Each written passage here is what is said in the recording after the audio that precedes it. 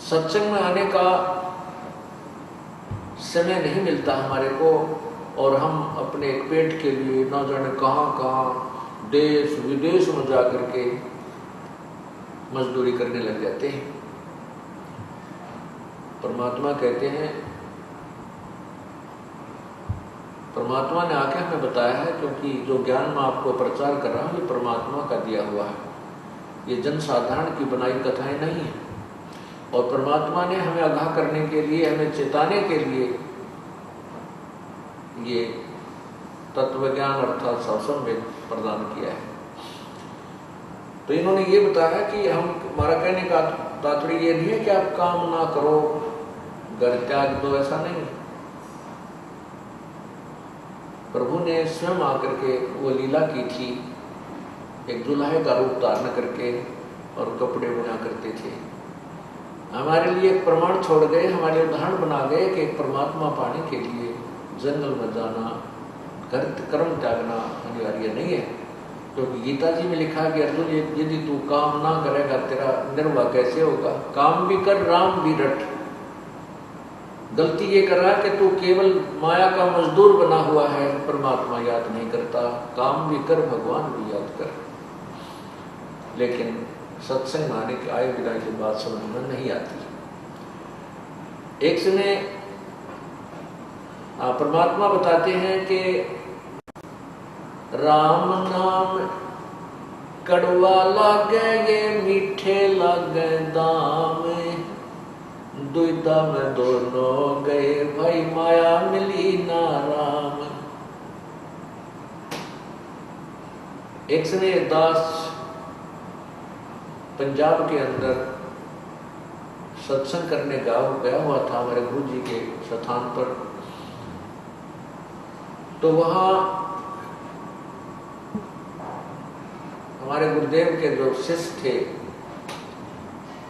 उनका कोई रिश्तेदार आया हुआ था, सपरिवार।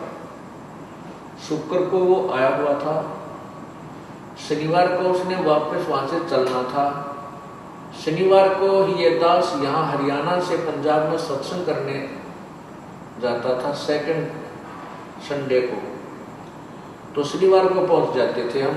संडे को सत्संग करके 12-1 बजे तक, 1:30 बजे से हम चल पड़ते थे, क्योंकि यहाँ सत्संग बहुत जोरों पर चल रहे थे।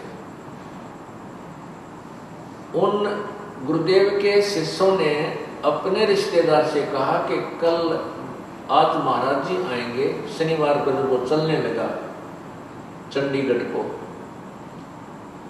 आज महाराज जी आएंगे, आप आज रुको, कल सत्संग सुन के जाना, बहुत अच्छा सत्संग सुनाते हैं और ये समय बार बार नहीं मिलता, आप आए हो, कल शाम तक चंडीगढ़ पहुंच जाना। तो उसने कहा कि संडे को यानी रविवार को एक पार्टी आनी है जिसके साथ मेरा एक अनुबंध होना है, और उसमें मुझे लगभग 5 लाख रुपए का लाभ होगा, बेनिफिट होगा। उन्होंने पूछा रविवार को किस समय आएंगे वो, कि 3 बजे दिन में। उन्होंने बताया कि 12 बजे 12:30 बजे तक सत्संग हो जाता, 10 से 12 बजे तक 2 घंटे सत्संग करते हैं। आप 1 बजे चलोगे तो 3 बजे पहुंच जाओगे चंडीगढ़, 4 पहुंच जाओगे, 1 घंटा उनको फोन कर देंगे, वो रुक जाएगी। वो कहने लगा नहीं आपको नहीं मालूम मेरे व्यवसाय का, काम चौपट हो जाएगा, मैं नहीं रुक सकता, फिर देखूंगा कभी। यूं कहकर वो चल पड़ा। परिवार के 4 सदस्य थे, चारों के चारों उस गाड़ी में, मारुति गाड़ी में, कार के अंदर विराजमान थे। अंबाले के पास जा लिए, वहां पर एक बजरी से भरा हुआ ट्रक खड़ा था, उसके पिछले व्हील निकाल रखे थे, जैक लगा रखा था, और उस स्वयं वो गाड़ी ड्राइविंग कर रहा था। उसको तो 5 लाख दिखाई दे थे, कुछ नहीं दिखा था, इतनी स्पीड से गाड़ी भगा रहा, क्योंकि आने वाले उस मेहमानों के लिए व्यवस्था करनी थी, गुटी सूटी लाने की, कितने कोई रेस्ट हाउस बुक कराना था, कोई होटल बुक कराना था। उसने वो दिखे गए, उसने मारी, उसकी गाड़ी जो है उस ट्रक के नीचे जा घुसी। उस गाड़ी की घुसने से वो जैक हट गया और वो लोडेड ट्रक बजरी का उस कार के ऊपर गिर गया। चारों के चारों सदस्य वही माटी में मिल गए। ये परमात्मा अब सिर पर धर लिया उस 5 लाख के कॉन्ट्रैक्ट ने। जो काम करना था इस मनुष्य शरीर से वो कराया नहीं गया, और जोड़ रखे उस लोग भी ने 20-30 लाख के कौन बरतेगा भगवान जाने। और जो पाप कमाए परमात्मा नहीं बजा, फिर गधा बना कि तो सूर बने 84 लाख दुनिया भोगनी पड़ेंगी। परमात्मा याद दिलाते हैं, राम नाम कड़वा लागे ये मीठे लागे दाम। भाई दुविधा में दोनों गए, माया मिली ना राम। पुण्यात्मा ये बात कहने सुन की नहीं है, ये कर पाड़न की है। एक भक्त कहने लगा, शुरू ये बातें जो सुनता है इंसान अपनी बुद्धि से सोचता है। कहने लगा जी ये तो बातें कहन की हैं, डराने के लिए कह रखी हैं, भाई तू गधा बनेगा, सुअर बनेगा, पशु बनेगा, ये तो डराने के लिए कह रखी हैं, ऐसा कुछ नहीं होता। और किसने देखा है और उसको बताया कि नादान, अब कोई चोर चोरी करता है और उसको कोई बताता है कि चोरी मत कर, तुझे पुलिस पकड़ेगी, पीटेगी, काला मुंह किया जाएगा, तेरी सजा हो जाएगी। यदि वो चोर नो कहे किसने देखा है, ये तो डराने के लिए कह रहे हैं, ऐसा कुछ नहीं होता है, तो उसकी नालायकी है। वो सभी बातें उसके साथ बीतेंगी जो उसको पूर्व आगाह किया जा रहा है कि चोरी करेगा तू पिटेगा, काला मुंह करेंगे और वह फिर सजा हो जाएगी। यदि वो डर जाता है, वो डर भी है और सत्य भी है। अगर वो उस डर से डर जाता है तो बुराई से बच जाएगा, चोरी नहीं करेगा, और चोरी नहीं करेगा तो सजा नहीं होगी। जो संतों ने हमें बताया है, परमात्मा ने आकर के हमें ये तत्व ज्ञान दिया है, उस पर हमने खरा उतरना चाहिए, उसको सत्य मानना चाहिए, और उसमें डर भी है और सत्य भी है।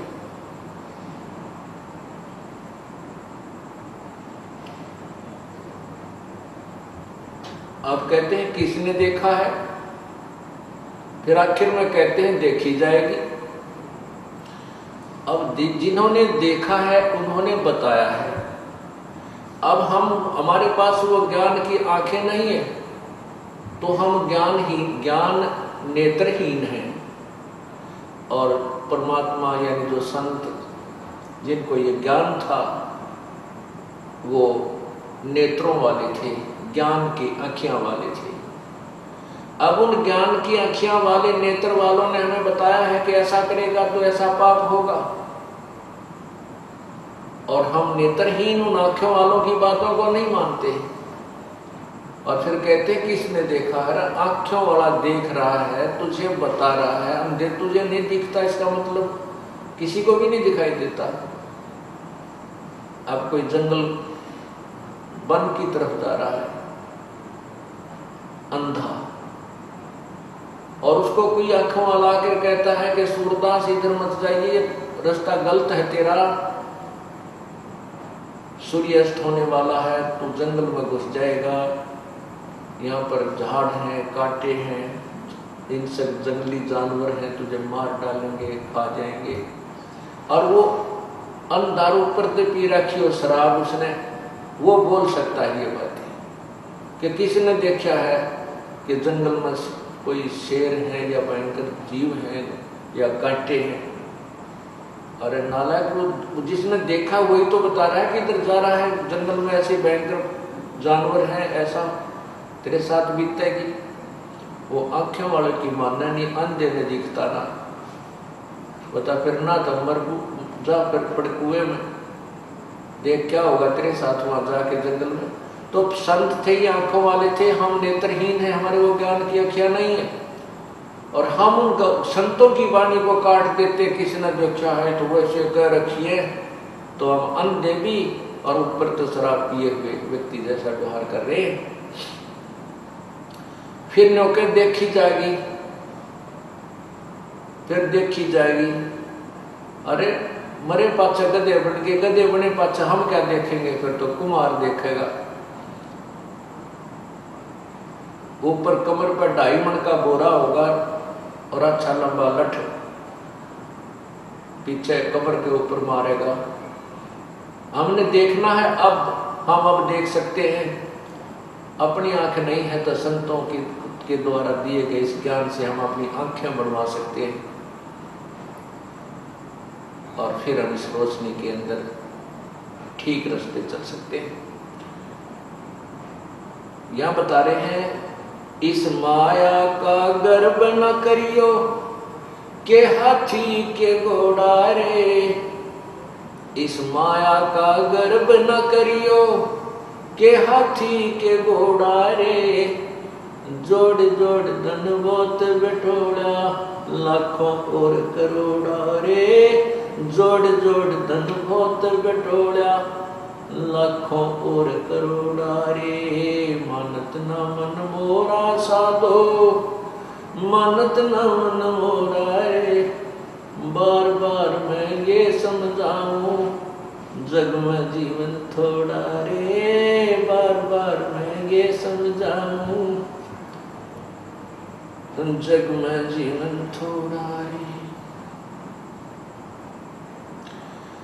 दुविधा दुर्मति चतुराई में जन्म गया नर तोरा रे। दुविधा दुर्मति चतुराई में जन्म गया नर तोरा रे। अब भी आने मिलो सत्संग में, करो गुरु ज्ञान पर गौरा रे। अब भी आने मिलो सत्संग में, करो गुरु ज्ञान पे गौरा रे। मानत ना मन मोरा साधो, मानत ना मन मोरा रे। बार बार मैं ये समझाऊं, जग में जीवन थोड़ा रे। बार बार मैं ये समझाऊं, जग में जीवन थोड़ा रे। क्या बताया है कि दुविधा और दुर्मति और चातुरता अपनी सोचते सोच कर घना छाना बन करके, और दुविधा में दुर्मति। दुर्मति जब तक हम सत्संग नहीं सुनते, हम कितने छाने बने हैं थे, कितना ही हम संसार ये अध्यात्म भौतिक धन जोड़ने की अपनी बुद्धि को प्रयोग करते हैं। परमात्मा कहते हैं कि तत्व ज्ञान के बिना ये मनुष्य इस दुर्मति के कारण दुविधा यानी डुप्लीकेट माइंड, डबल माइंडेड आदमी रहता है।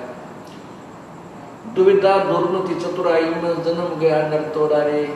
डबल माइंडेड कैसे होता है? जैसे सत्संग में बताया जाता है और कहा जाता है कि ये शराब नहीं पीनी, भाई चोरी नहीं करनी, रिश्वत नहीं लेनी, हुक्का तंबाकू का प्रयोग नहीं करना, तो यहाँ डबल माइंडेड हो जाता है, दुविधा हो जाता है, क्योंकि वह गुट्टी ना छूटती।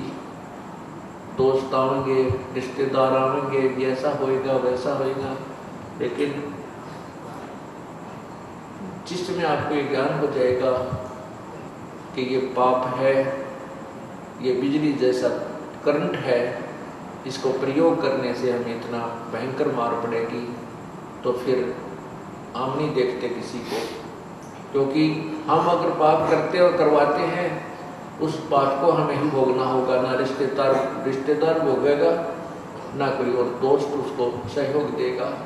तब हमें डर लगता है कि हम ऐसी गलती नहीं करेंगे। तो यह ये बताना चाहा है परमात्मा ने कि अब भी आन मिलो सत्संग में। कोई किसी भी स्थिति में है, अब भी आन मिलो सत्संग में और करो गुरु ज्ञान पर गौरा रे। जो संत ज्ञान देता है, गुरुदेव जो ज्ञान देते हैं, उस पर अमल कीजिए। उसके ऊपर पूर्ण रूप से खरा उतर जाइए तो करो गुरु ज्ञान पे गौरारे। जो संत बताते हैं उन बातों पर ध्यान दो, तब तुम्हारा कल्याण सुनिश्चित है। इसी प्रकार बताया है कि ये संसार समझदा नहीं, कहंदा श्याम दोपहरे नु, गरीबदास ये वक्त जात है, रोओगे इस पहरे नु। ये संसार समझदा नहीं, कहंदा श्याम दोपहरे नु। अब पुण्यात्माओं, जब तक हमने ज्ञान नहीं, हम अपने इस नैतिक जीवन को ही उत्तम मान रहे हैं। शराब पी का इंसान यदि धूप में पड़ा हो और उसको कोई कहे अरे भले आदमी उठ ले तू यहाँ से, बहुत गलत जगह पड़ा है, ऊपर से धूप सता रही है, तो शराबी कहता है मत छेड़ मुझे, आहा आनंद हो रहे हैं, पसीना पसीना हो रहा है, कुत्ते उसका मुख में मुत जाते हैं, और फिर भी कहता है मौज हो रही है, मुझे मत छेड़, आनंद हो रहे हैं। क्योंकि उस शराब के नशे में उसको वह गर्मी महसूस नहीं होती, जबकि सारा पसीना पसीना शरीर को पड़ा है। ठीक हमारे ऊपर ये ज्ञान अज्ञान का ऐसा दबाव बना हुआ है कि हम इतने दुखों को भी सुख मान रहे हैं।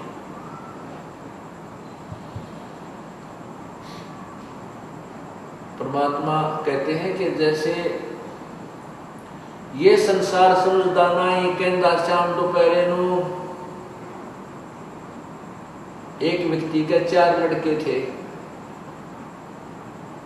उसके 2 मृत्यु को प्राप्त हो गए, और एक व्यक्ति के 4 थे, 4वां मर गए।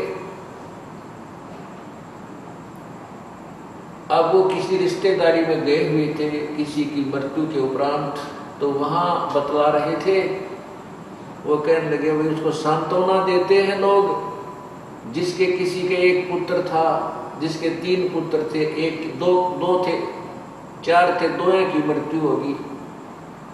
तो वहां वो व्यक्ति पहुंच गया जिसके 4 थे, 4 मर गए।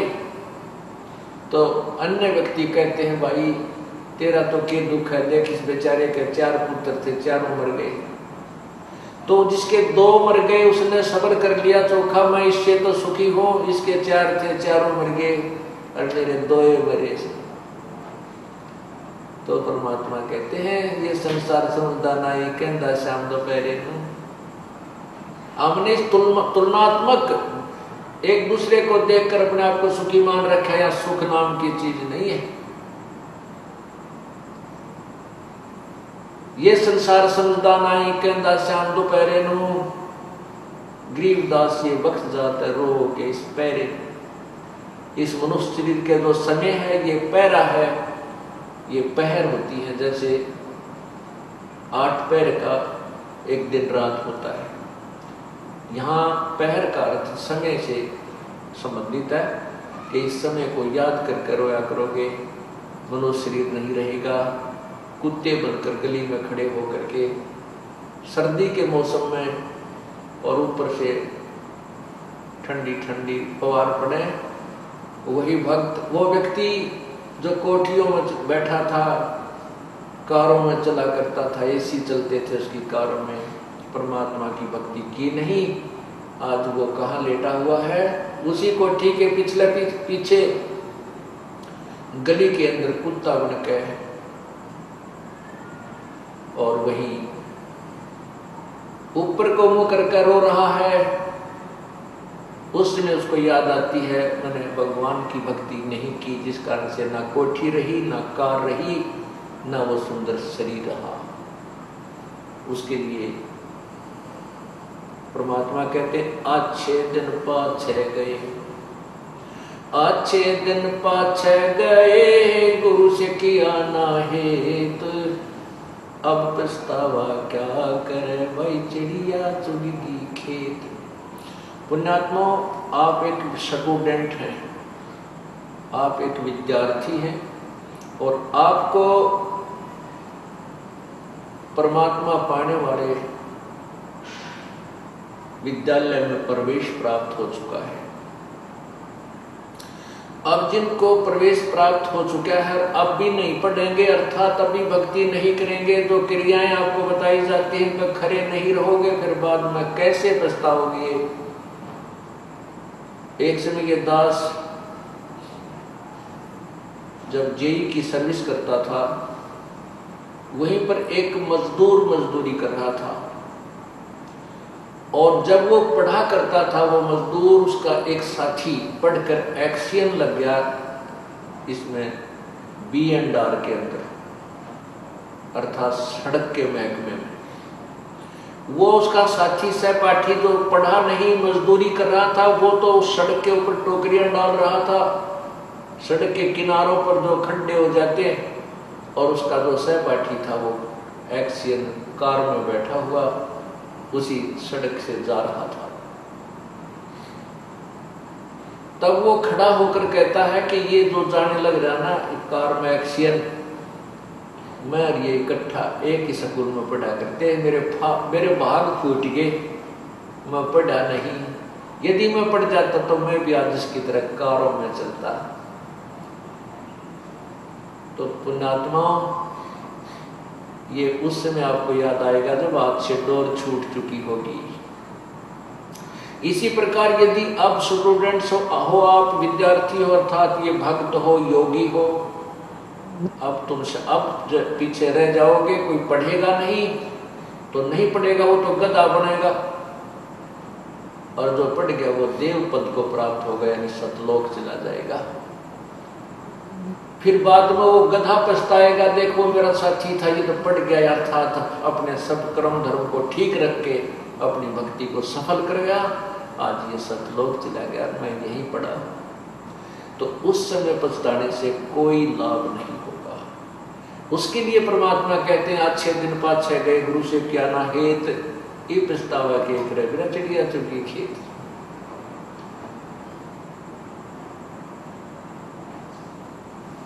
अब पुण्यात्माओं, ये चोट है जो सत्संग में आत्मा को जगाती है, ये झटके हैं, ये उठा पटक है जो कपड़े को धोकर उसका मैल निकालता है, ये परमात्मा की वाणी आत्मा को चोट करती है, इस आत्मा को झंझोड़ कर रख देती है, जो यहाँ ये निश्चिंत होकर बैठ गई है कि ईब तेरा कुछ ना बिगड़े, और तुम उसमें मौज करेगी नहीं। परमात्मा कहते तू जाने मेरी ऐसे न बहगी हरदम लेखा वरना रे। अब हम जवान हैं, आप जवान हैं, तीनों सोच रहे हो मैं जवान ना रहूंगा, नहीं, आप छोटे से बालक भी थे, आप जवान सदा नहीं रहोगे, एक दिन वृद्धावस्था भी आओगी, ये बाल भी दौड़े हो जाएंगे, जाड़ दांत भी नहीं रहेंगी, और ये शरीर यूं यूं हल्लेगा है, और फिर बहुत बुरा हाल हो जाएगा, ना जाने कोई बीमारी घर कर जाएगी, ना पता कोई और दुर्घटना घर में घट जाएगी, ये सदा ये चीज नहीं रहेगी जो तो सोच बैठा है। शरण पड़े को गुरु संभाले, जान का बालक बोला रे, कहे कबीर तुम चरण चित रखो, जो सोई में डोरा रे। जब आप सत्संग में आ जाते हो, सत्संग में आने के बाद आप नवजात शिशु जैसे होते हो, किसी का तो आज ही जन्म होया है, किसी का कल होया होगा, किसी का 10 दिन पहले, किसी का 2 महीने पहले, किसी का साल, कोई 2 वर्ष का, कोई 4 वर्ष का। अर्थात जिस दिन आपको गुरु जी का उपदेश प्राप्त हो जाता है, उस दिन से आपका मानव शरीर प्रारंभ होता है, और जब आपको ये मानव शरीर प्राप्त होता अर्थात प्रारंभ होता है, अर्थात आपको उपदेश गुरु का मिल जाता है, तो आप भोले भाले बालक होते हो। आपके जो प्रारंभ में कुछ गलतियां आपकी हो जाती हैं, तो उनको एक भोला बालक जान के संत गुरुदेव आपको संभालते हैं, अर्थात आपकी गलतियों को क्षमा कर देते हैं, आपको मांजते हैं, धोते हैं, परमात्मा के से मिलने योग्य बनाते हैं। जैसे बच्चा ने टट्टी पेशाब करके सारा शरीर खराब कर रखा होता है, कपड़े भी खराब कर रखे होते, तो माँ उसको सीने से नहीं लगाएगी, पहला साफ करेगी, धोएगी और फिर उसने नए कपड़े बना के सीने से लगाओगी, प्यार करेगी, दूध पियाओगी। इसी प्रकार परमात्मा बताते हैं कि शरण पड़े को गुरु संभाले, जान का बालक भोला रे। आपका क्या कर्तव्य है? आपका केवल इतना काम है कि कहे कबीर तुम चरण चित राखो, जो सोई में डोरा रे। आपका इतना लगाव गुरुदेव में होना चाहिए, आपका इतना प्रेम बढ़ जाना चाहिए अपने गुरुदेव में, जैसे सुई के अंदर वो धागा डाल दिया जाता है, उसके लटकता रहता है, इधर जाओ चाहे इधर जाओ, उससे दूर नहीं होता, और वो लटका रहेगा धागा, तो वो यूजफुल होगा।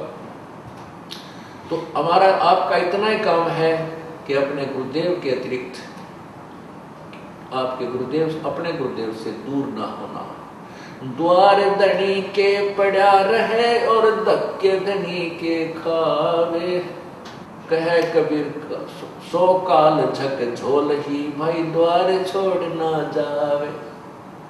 द्वार धनी के पड़ा रहे और धक्के धनी के खाव, 100 काल झकझोल ही पर द्वार छोड़ नहीं जा।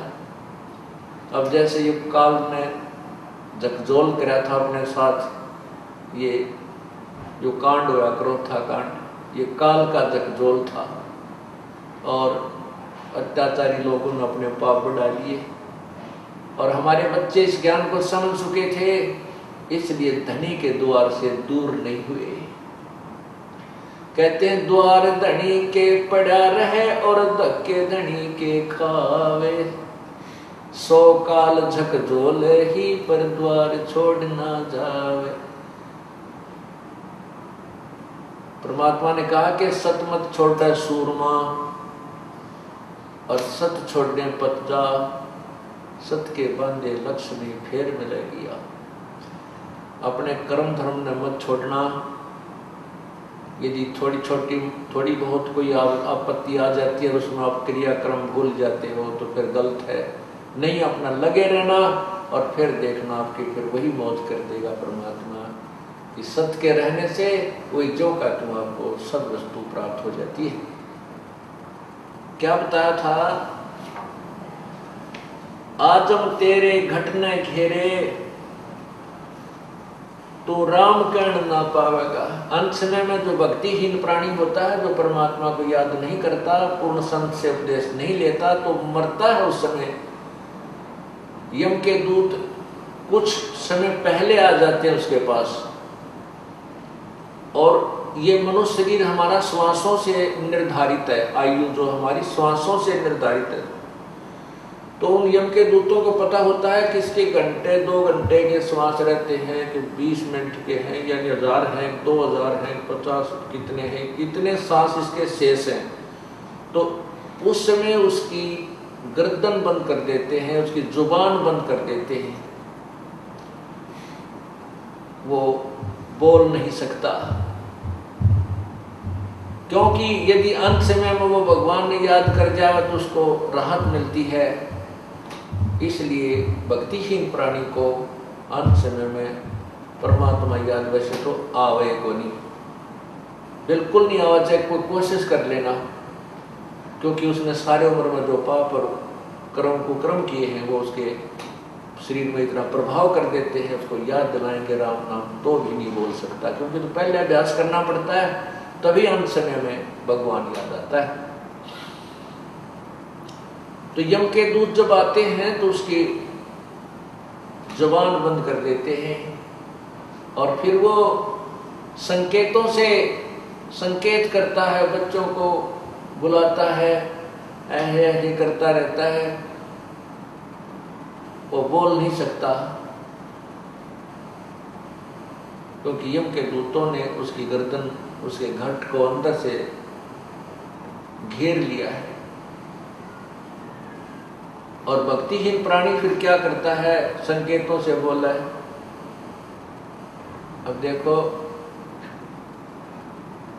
अंत समय में राम नाम उसके याद आएगा जो पहले अभ्यास कर रहा है,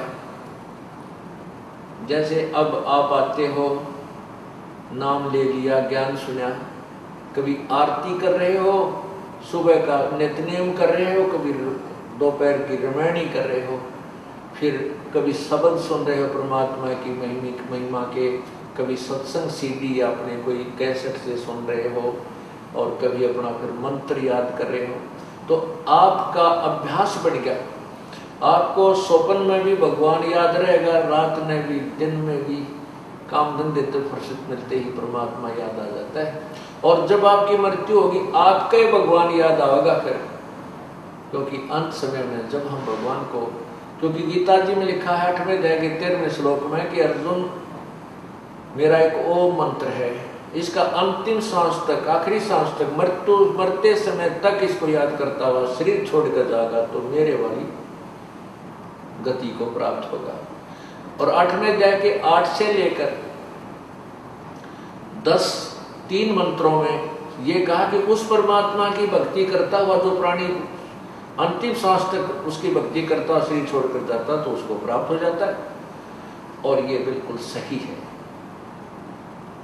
परमात्मा कहते हैं राम नाम रटते रहो, राम नाम रटते रहो जब तक घट में प्राण।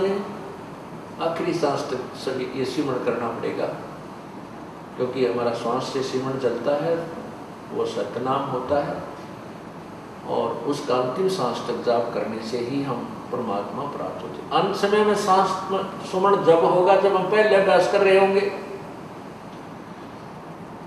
अब जैसे कोई दिन में केले बेच रहा रेडी पर, सारा दिन करता ले लो 10 के 20, 10 के 20, 10 के 12 के 8, 12 के 8, बढ़िया।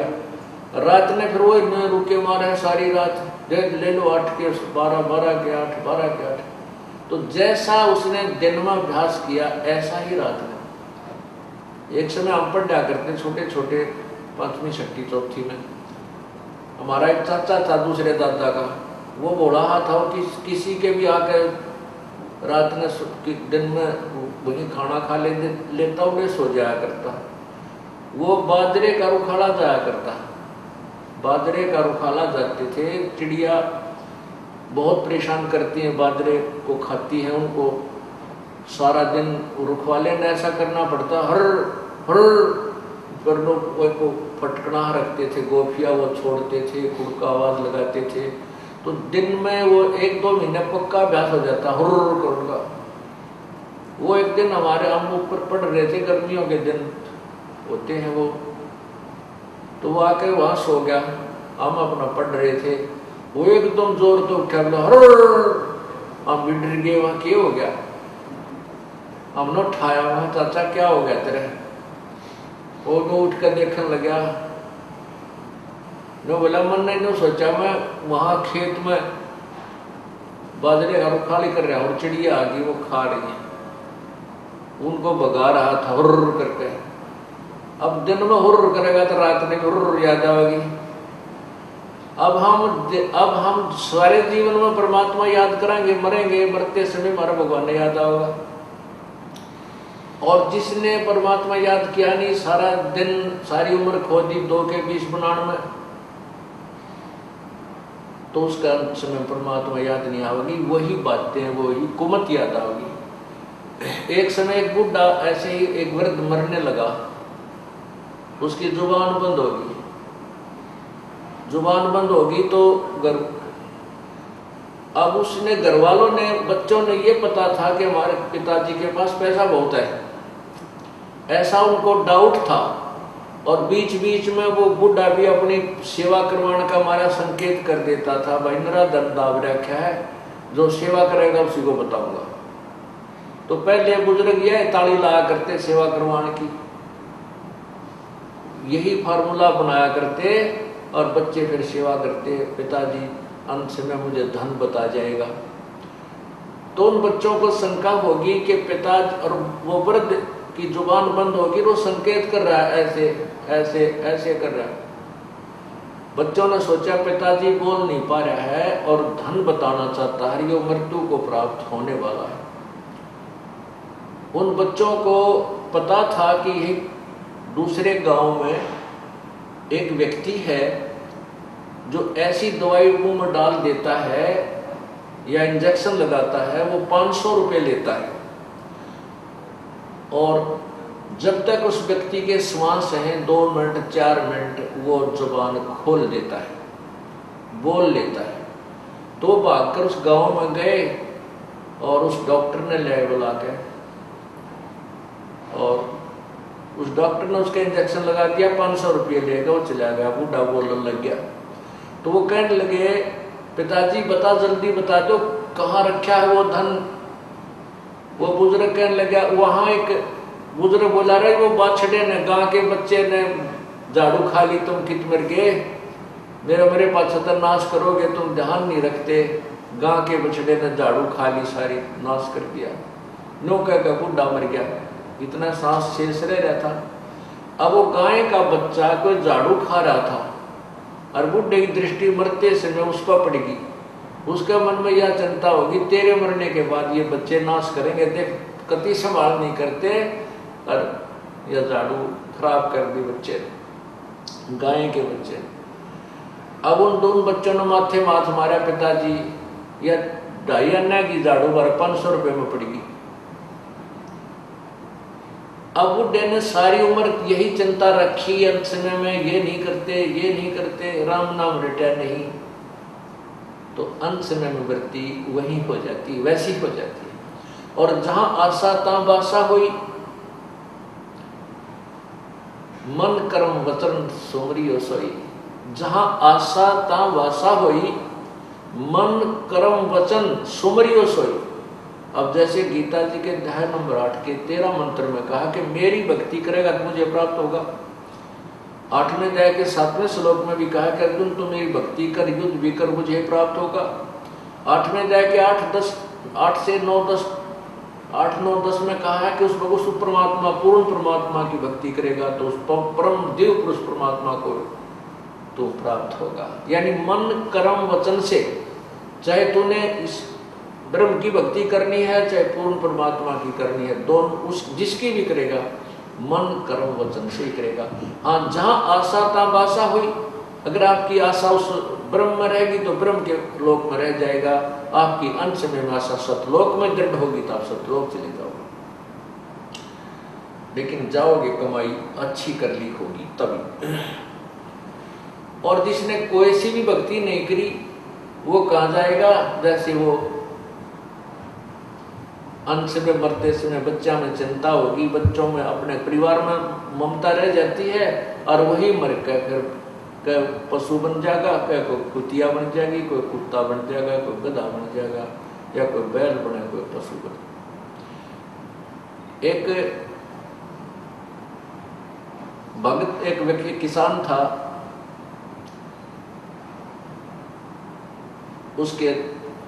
उसके पास परमात्मा कबीर जी जाया करते थे साधु संत रूप में। उसको समझाते थे, भाई चौधरी साहब भक्ति कर लिया करो, जैसे विचार देते थे, भक्ति करो, मानुष जन्म बार बार नहीं मिलता।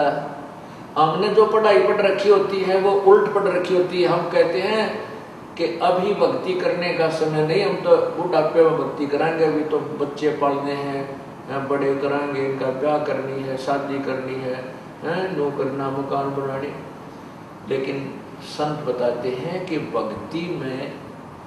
भक्ति करने के लिए कोई समय का सीमा नहीं है। और क्या पता बूढ़े हो, पहले मर ले, बूढ़े ना भी हो पाओ, फिर कैसे करेंगे? तो परमात्मा समझाया करते कि भाई भगत जी तो नाम जप लो, आप भक्ति किया करो। लेकिन वो किसान कहता, बाबा जी अभी तो बालक छोटे छोटे हैं, बड़े बालक हो जाएंगे, हाँ फिर मैं आपका उपदेश ले लूँगा। अब संत को तो मालूम होता है कि ये अनजान है, एक तो इसने ज्ञान को नहीं, फिर इसकी दुर्गति होगी, तो बार बार आते रहे। जब उसने बालक ब्याह लिए, शादी कर दी, पोते भी हो लिए, परमात्मा फिर गए कि चौधरी साहब, एक किसान अब तो नाम ले ले, भक्ति कर ले। नो बोला बाबा जी छोटे छोटे पोते हैं, बच्चे खेत में काम करते हैं, इनको मैं रखता हूँ, खिलाता हूँ, हैं, और रुक जा 5-4 वर्ष और रुक जा, फिर तेरा नाम मैं जो अवश्य लूँगा। अब परमात्मा फिर गए तो 5-4 वर्ष के बाद परमात्मा उस किसान के घर फिर गए। देखा तो किसान नहीं था। बच्चों से पूछा, पिता भाई तुम्हारा पिताजी कहाँ गया? उन्होंने बताया जी 4 वर्ष हो गए पिताजी की मृत्यु होगी। प्रभु को तो पता था। वही व्यक्ति वही मर के बैल बन गया। उन्हीं की गाय के बच्चा पैदा हुआ और उन्हीं के वहां बैल बन के खेत में हल जोत रहा। हल में जोत रखा बेटे ने। अब वो परमात्मा यानी कबीर परमेश्वर वहां खेत में गए। लड़के से कहा, भाई लड़के एक बार रोकना इन बैलों को, खेत में हल में जोत रखे थे। परमेश्वर ने कहा, कबीर जी ने कहा कि एक किसान वो बैल न बोला रहा भगत यो केवन बैठा तो मैंने कितना कहा हरे राम नाम ले ले, भक्ति कर ले, देख बैल बन बैठा। आजा तुझे अब तेरा यो शरीर छुटवा दूं बैल का, तेना मार दूं और फिर तुझे मनुष्य शरीर दे दूंगा, तू भक्ति कर लिए। तो वो क्या कहता है बैल के बाबा जी तेरा दिमाग खराब हो रहा है, मैं यहाँ मर जाऊंगा, मैं बैल नहीं रहूंगा और ये बच्चे और बैल लावेंगे निकम्मा और वो बढ़िया काम करे नहीं कर, बड़का को टोटा हो जाएगा, बच्चों को घाटा आ जाएगा, तू अपना काम कर, मैंने लगा रहने दे। अब परमात्मा चले गए। 5-7 वर्ष पाछो बैल भी मर गया। वो बैल मर गया, फिर उनके उसी घर में सर्प बन गया। अब उस सर्प बन गया तो जो पहले मनुष्य जीवन में उसने कुछ 2-4 हजार रुपये दबा रखे होंगे, तो सर्प जो है योनि में प्राप्त हो जाता वो प्राणी, तो उस धन ने ढूंढता अंडाग्रह उस घर में घूमा करता है कि मैंने यहाँ धन दाब रखा था चांदी के सिक्के। वो किसान की आत्मा सर्प बन के आया था वो धन ढूंढन। उन पुत्र वधुओं को ने देख लिया कि सांप आ गया, उन्हें आवाज लगा दी, बेटे लठ लेकर आए, उसका मारे लठ सांप के। वो मोरी में का भागता भागते गए, 1-2 लठ लगे, 4 सांकड़ी टूट गई उसकी एक हड्डी। और वो मोरी से बाहर निकल के एक झाड़ी में जाके और तड़पन लग गया। परमात्मा वहां फिर जा खड़े हुए कबीर जी, क्योंकि ये कहते हैं, परमात्मा कहते हैं कि जो जन हमारी शरण है ताका हूँ मैं दासे, गेल गेल लाग्या फिरूं जब तक धरती आकाश। अब परमात्मा की वो कोई पुण्य आत्मा थी, किसी जन्म में उनके साथ रहे थे, भक्ति की हुई थी, उस कारण से उसको शरण में लेने के लिए सब लीलाएं प्रभु ने की। अब वहां जाकर कहने लगे रहे भगत आत्मा अब भी आजा, तो मान जा मेरी बात, आजा तुझे मनुष्य शरीर दे दूंगा और भक्ति कर लेना। तब वो सांप नो कह सर्प बोला कि हे महाराज जी मेरा जीवन बचा दो, मुझे ले लो शरण में, मेरा शरीर छुटवा दो, मुझे ले लो शरण में और मैं भक्ति करूंगा। तो परमात्मा बोले भाई शरण मत आया, फिर सांकड़ी तोड़वा का आया। तो आई तो तेरा बात समझ में, पर यह हड्डी पसड़ी एक होली तेरी जब समझ में आई। अगर ये बात तो उस समय मेरी मान लेता ना तो तेरे कोई गड़बड़ नानी होती, पोते भी खिलाता और भगवान भी बच लेता। एक पंथ 2 काज होते भाई, पर यह बुद्धि काम जारी है तुम्हारी, क्योंकि तत्व ज्ञान रहा नहीं।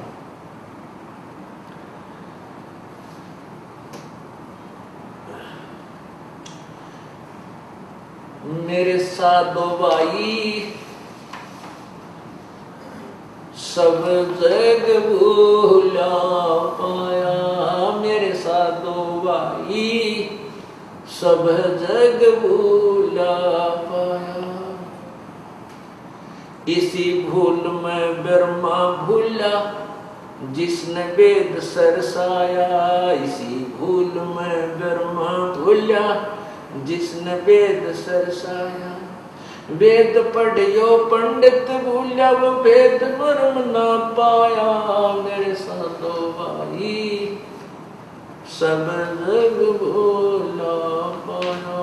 मेरे साधो भाई सब जग भूला पाया। इसी भूल में विष्णु भूला जिन वैष्णव धर्म चलाया। इसी भूल में विष्णु भूला जिन वैष्णव धर्म चलाया।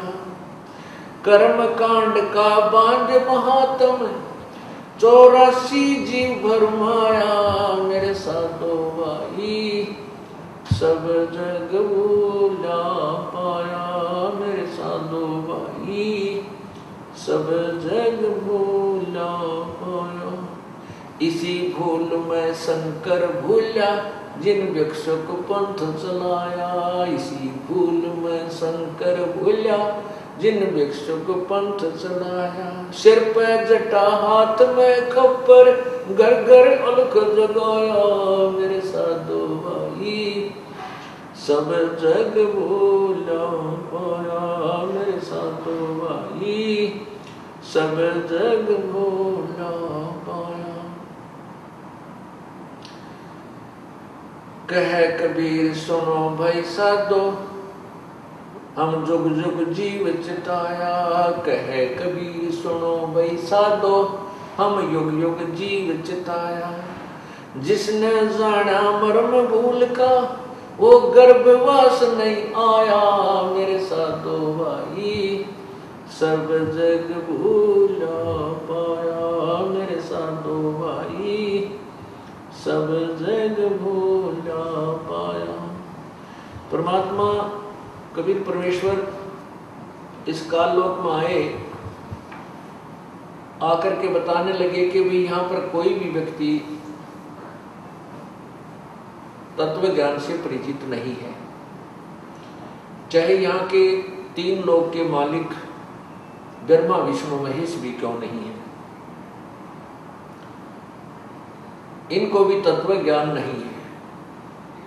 क्यों नहीं है? क्योंकि ब्रह्मा जी की जब उत्पत्ति हुई कमल के फूल के ऊपर थे और ब्रह्मा जी अपने पुत्र नारद जी को बताते हैं कि नारद जब मेरा जन्म हुआ मैं कमल के फूल पर बैठा था, मुझे नहीं मालूम मैं कहां से जन्म हुआ कहां से उत्पन्न हुआ।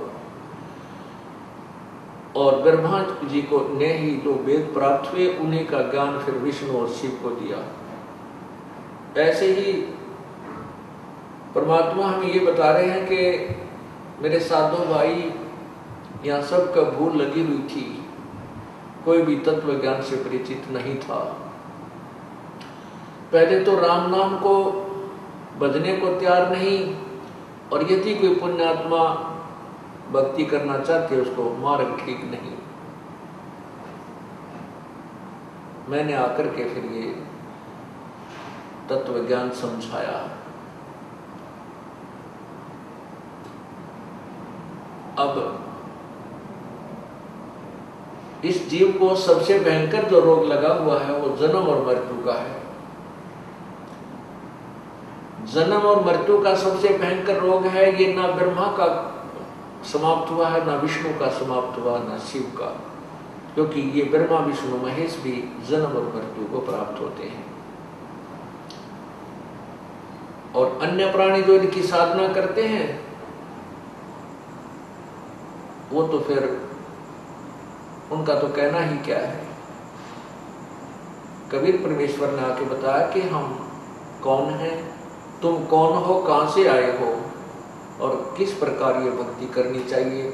अब जैसे आप संतों के सत्संग सुनते हो, वो चेतावनी की बातें तो जैसे ये दास बता रहा शायद इससे भी अच्छी आपको बता सकते हैं, आपको अच्छी प्रेरणा भी दे सकते हैं, प्रेरित भी कर सकते हैं, लेकिन संतों के पास वो तत्व ज्ञान नहीं जिससे आपका आत्म कल्याण कर सके। अब जैसे किसान ने खेत भी संवार दिया, बीज उसके पास नकली है, वो संवारा और खेत बिल्कुल व्यर्थ जाएगा, चाहे उसमें खाद पानी भी डाल दिया, वो खर्चा भी कर डाला, वो फसल नहीं होगी। जो तत्व ज्ञान है, जो सार नाम है और सार ज्ञान है, इससे जीव का कल्याण होता है। पहले तो हम परमात्मा भजने को तैयार नहीं, और यदि रुचि बनती है तो हमारे को मार्ग ठीक नहीं। ये सारी भूल भुलैया किसने कर रखी है? ये काल भगवान ने कर रखी है। ये काल भगवान कौन है और हम क्यों जन्मते और मरते हैं? हमारा क्या उद्देश्य है? आज हमारे पास सब कुछ है, बेटा भी है, बेटी भी है, कार भी है, कोठी भी है, अच्छी संपत्ति है, और एक्सीडेंट में या अन्य किसी कारण से आज मृत्यु हो जाती है तो मेरा कुछ भी नहीं है। ये भूल भुलैया क्यों डाल रखी है? हमें किसने जकड़ रखा है? हमारा उद्देश्य क्या है यहाँ पर रहने का? ये आपको 5 दिन के सत्संग में निर्णायक ज्ञान हो जाएगा। प्रेम पूर्वक सुनते रहिए और अपने अन्य भी भाई बहन रिश्तेदार परिवार को भी आमंत्रित कीजिए और इस संत समागम गंगा में गोते लगाइए। सत साही।